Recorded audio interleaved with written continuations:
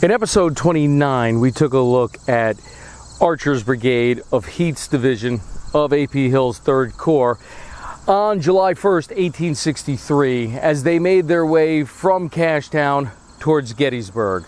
Archer's was the lead brigade. Today, we're going to take a look at the 2nd Brigade in line of march from Cashtown to Gettysburg on that fateful day. Today, we're going to be taking a look at the brigade of General Davis.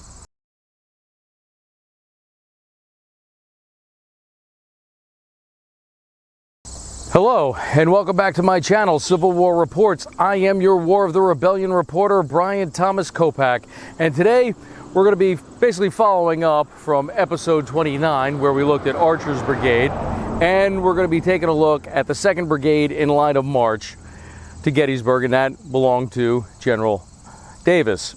On July 1st, 1863, both Archer and Davis's brigades were located here, camped in and around the Cashtown area.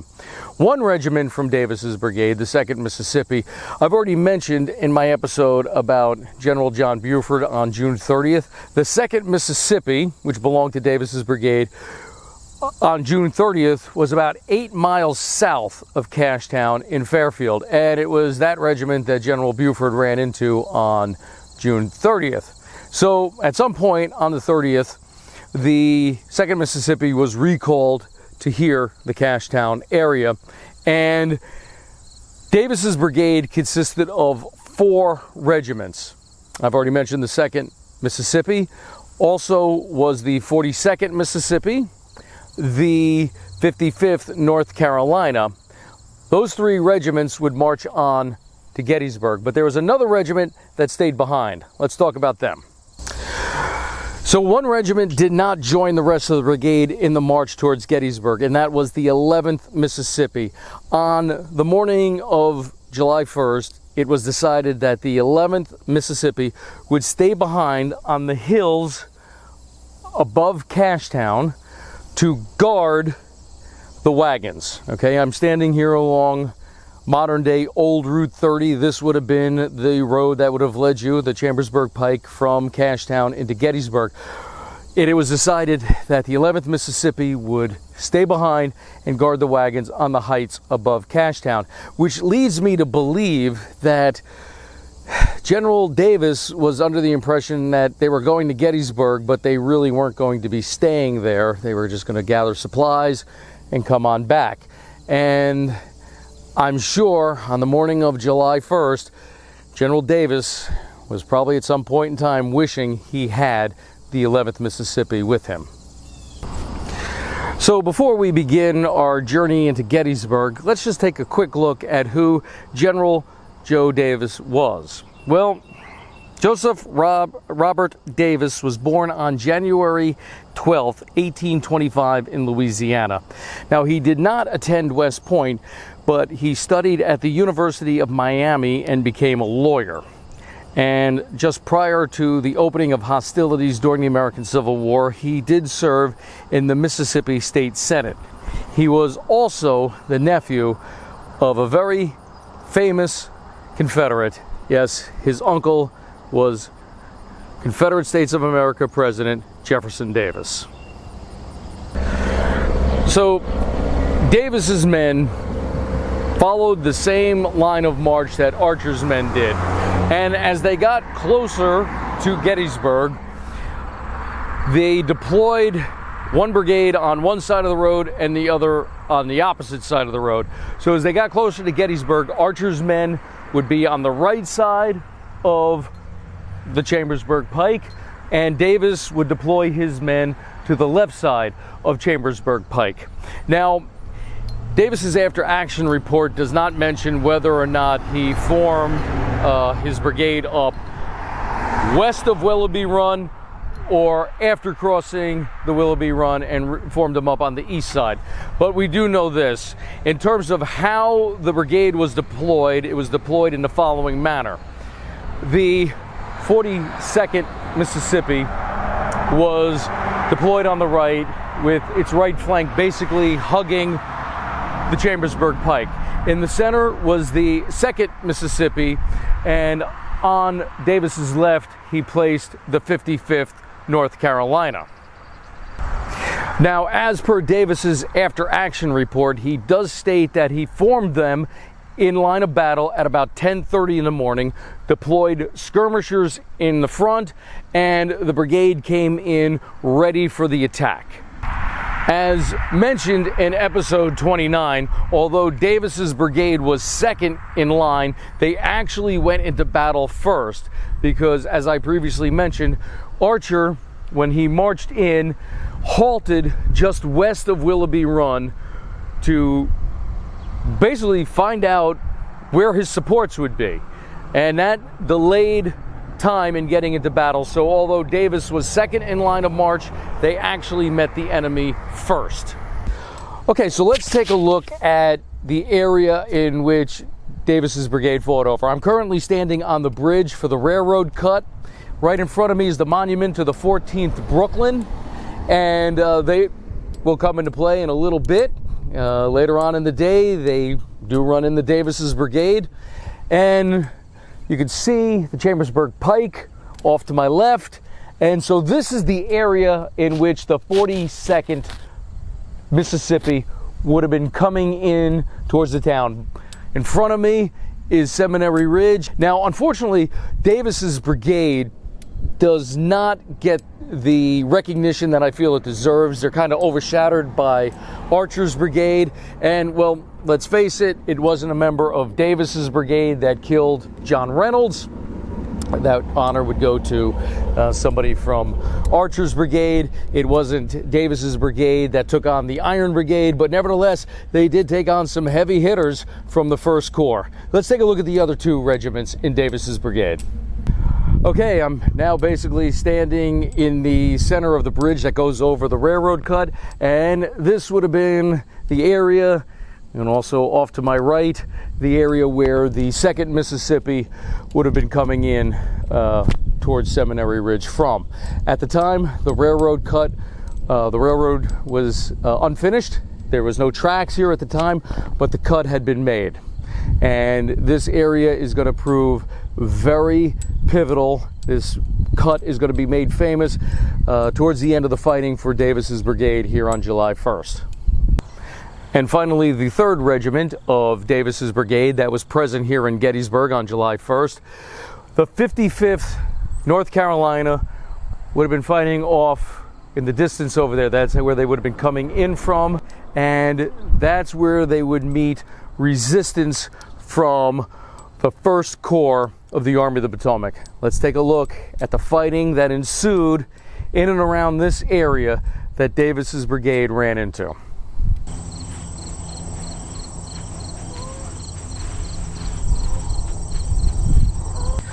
I'm currently standing in front of the monument for the 56th Pennsylvania, and off in the distance you can see a monument for the 76th New York. So let's talk about what was happening here in the late morning of July 1st. Well, along McPherson's Ridge, which is where I'm standing, there was basically a controlled panic going on amongst the 1st Corps. There's no doubt about it. The Confederates are coming in force from the west, and General Reynolds is frantically trying to stem this Confederate wave that's heading towards the town of Gettysburg. And unfortunately for Reynolds, as I mentioned in the Archer Brigade video, he will not live much longer. He will be killed. But the 1st Corps has arrived. And the 56th Pennsylvania, the 76th New York, in front of me is a monument for the 147th New York. They belong to Cutler's Brigade, and that's the brigade that is going to take on Davis's brigade. And the reason why I'm standing in front of the 56th Pennsylvania is, well, they're very proud. They were very proud of this fact. They were the first Union infantry regiment to fire an organized volley at the Battle of Gettysburg, and it was aimed towards the 2nd Mississippi. I'm now standing in front of the monument for the 76th New York, and for a brief while, on July 1st, 1863, this regiment represented not only the extreme right of Cutler's Brigade, but also the extreme right of the Union line in terms of infantry regiments. However, as the day went on, the Union line would extend greatly to the right. But at the time that Davis's brigade began their initial attack, this was the end of the Union right line.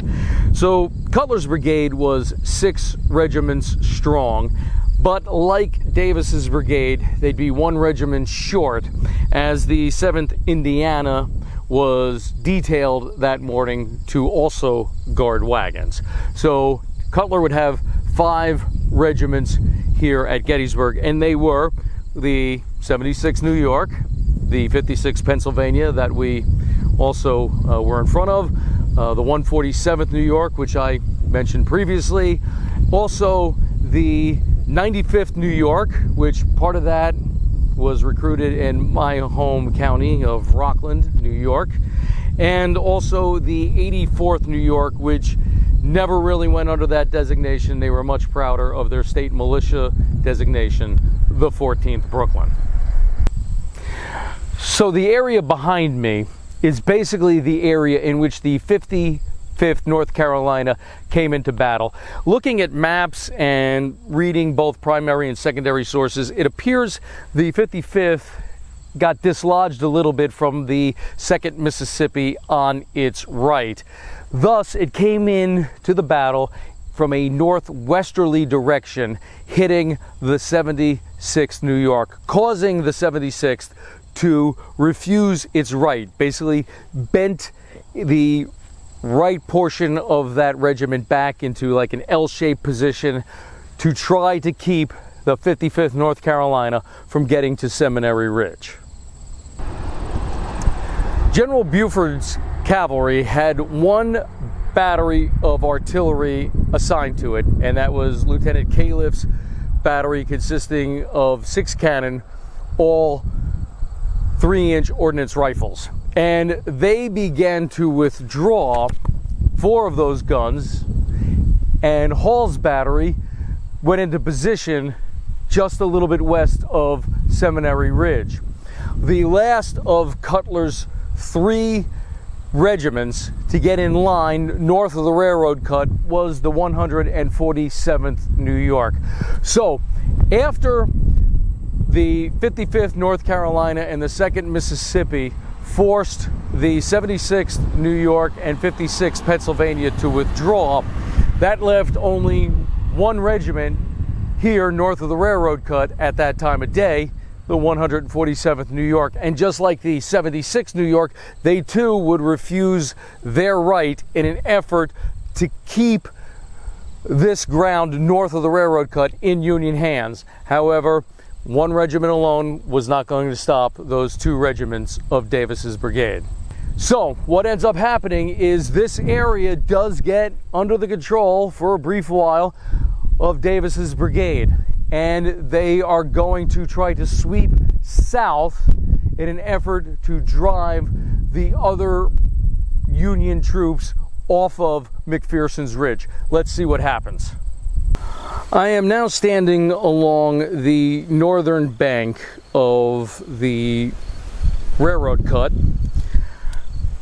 There is the bridge that I was standing on earlier, and you're now looking at the southern bank of the railroad cut. Those 2 monuments off in the distance, the one on the left is for the 6th Wisconsin, the one on the right is for the 95th New York. Now, when the Confederates captured this area, they believed that this was a natural defensive trench. And if this had been World War I and they were armed with machine guns that could fire hundreds of rounds a minute and bolt-action rifles, they probably would have held this ground all day long, but that was not the case. So what ended up happening? Well, I'm going to go down into the railroad cut and explain in a little more detail. Okay, I just want to make an announcement right here for all my viewers, anybody who's going to watch this. There's a reason why this was called at the time the unfinished railroad cut, and that's because these tracks were not laid at the time of the battle. It was planned to put the tracks in, but it didn't happen in time of the Gettysburg campaign. And secondly, this is still to this day an active railroad line, so please, for your own safety, don't do what I'm doing. The best place to see this railroad cut for your own safety is from the bridge that I was on earlier. Okay, with that said, let's talk about what happened here. So the Confederates come pouring in to this railroad cut. Members of the 55th North Carolina, 2nd Mississippi, and further up on the cut, members of the 42nd Mississippi. And they believe this area to be very defensive. And I'll bet you, if this had been World War I, this would have been a very, very defensive area. You know, throw in machine guns that can fire hundreds of rounds a minute, give the men bolt-action rifles, and they probably would have defended this area very well. But you have all kinds of Confederates coming in here from Davis's brigade, and I just want to read to you very quickly a comment that was made by Major John A. Blair, a CSA officer, described this scene at that time as, quote, "All the men were jumbled together without regard to regiment or company." And probably a very true statement. So what ends up happening to the Confederates in this railroad cut? Well, Hall's battery starts to move into position down the unfinished cut, and they start firing in this direction. Also, as I mentioned, the 6th Wisconsin, their commander, Lieutenant Colonel Rufus Dawes, sees an opportunity here. He kind of gets a sense that this could also be a trap, because it's kind of steep on both sides of the embankments here. Easy to get into, kind of hard to get out. So Dawes, part of the Iron Brigade, basically asked for help from the 95th New York and the 14th Brooklyn, and they became a small brigade, shall we say, of 3 regiments strong, and they charge the railroad cut. So now what you have is basically 3 regiments taking on 3 regiments. This is where I said earlier that maybe Davis at some point started to regret not having that 4th regiment with him. And they charge the railroad cut, and they are able to overtake the Confederates here, and the fighting becomes hand-to-hand, but a lot of the Confederates end up surrendering, and those that did not surrender tried to escape as best they could by running down the unfinished railroad cut back basically towards the area where they formed up for battle earlier that morning.